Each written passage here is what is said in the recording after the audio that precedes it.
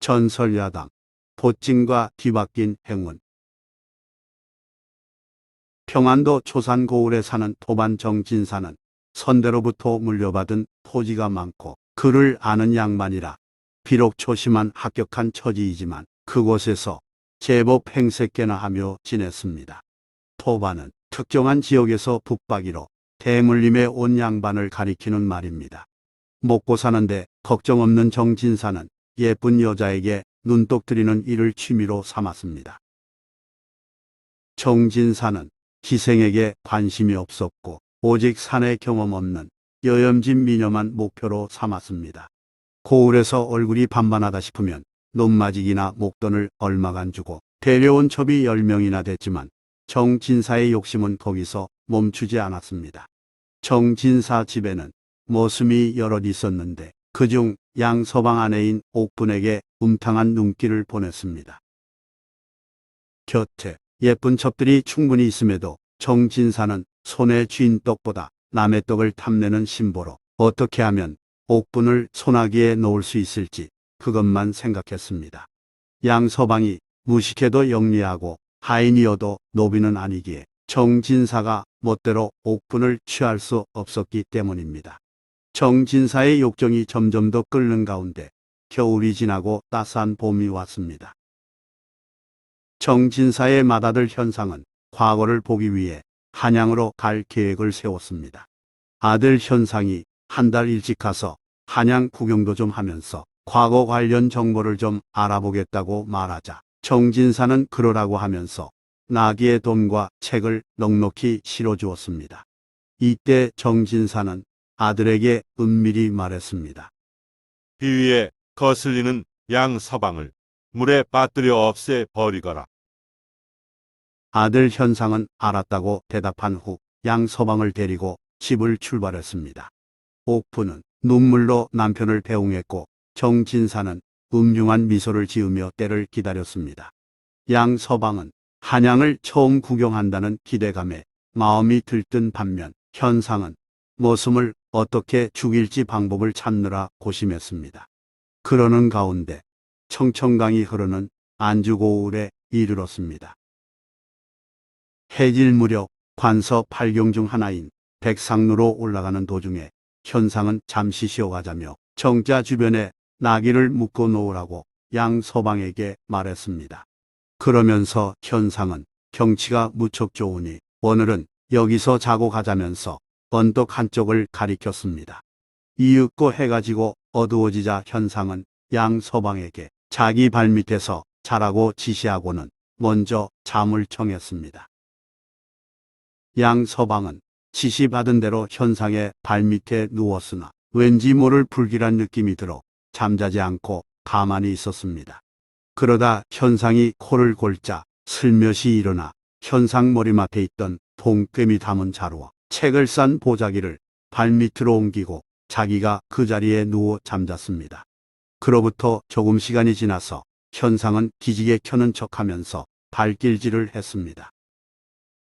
그 바람에 돈자루와 책보자기가 풍덩 하고 강물 속으로 떨어졌습니다. 양서방을 내찼다고 생각한 현상은 안심하고 다시 잠들었습니다. 이튿날 아침 잠에서 깬 현상은 머리맡에서 잠자고 있는 양서방을 발견하고 크게 당황했습니다. 그와 동시에 일어난 양서방이 도련님 잘 주무셨냐면서 공손히 인사하자 놀란 현상이 물었습니다. 내가 왜 여기에 있고 돈과 책은 어디에 있느냐? 양서방은 간밤에 돈과 책을 도둑 맞을까 염려하여 위치를 바꾸었는데 도련님이 자다가 그걸 발로 찬 모양이라고 대답했습니다.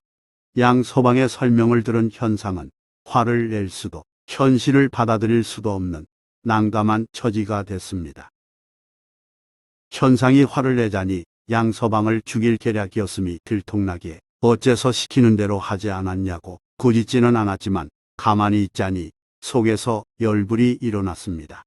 그 상황에서 허기가 지자 현상은 일단 양서방과 함께 언덕에서 내려가면서 혼자 식사할 방법을 모색했습니다.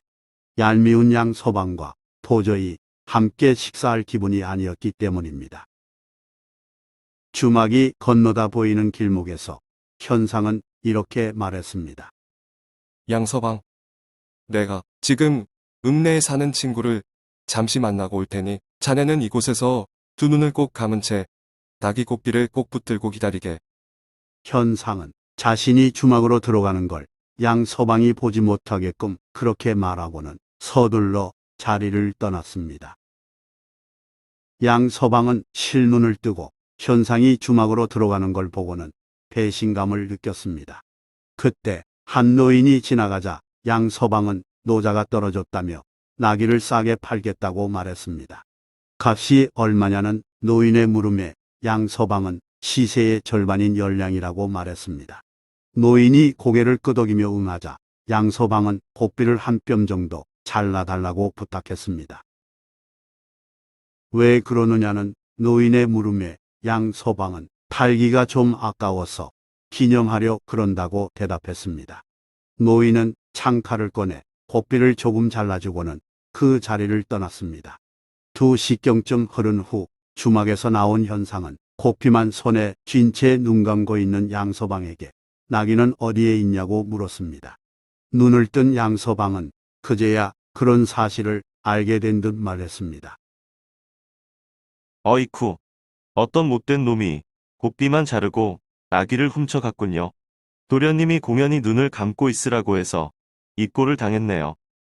기가 막혀 한동안 말문을 잃은 현상은 더 이상 동행할 수 없다고 판단해 양서방에게 말했습니다. 내 이놈, 당장 물고를 내야겠으나 인생이 가여워 돌려보낼 터이니 당장 집으로 가거라. 양서방이 어찌 혼자 가실 수 있겠냐고 염려하자 현상은 자기 걱정하지 말라면서 급히 적은 편지 한 통을 양서방에게 주었습니다. 거기에는 양서방 때문에 돈과 책, 나귀를 잃었으니 큰 벌을 내려달라는 내용이 적혀 있었습니다. 빨리 돌아가라는 재촉에 발길을 돌린 양서방은 아무래도 편지 내용을 알아야겠다고 판단했습니다. 하여 양서방은 사방을 두리번거리며 걷다가 행인 중에 노승을 만나자 공손히 합장 인사한 후 편지 내용을 좀 파악해달라고 부탁했습니다. 편지를 읽어본 노승은 사실대로 알려주면서 걱정스러운 표정을 지었습니다.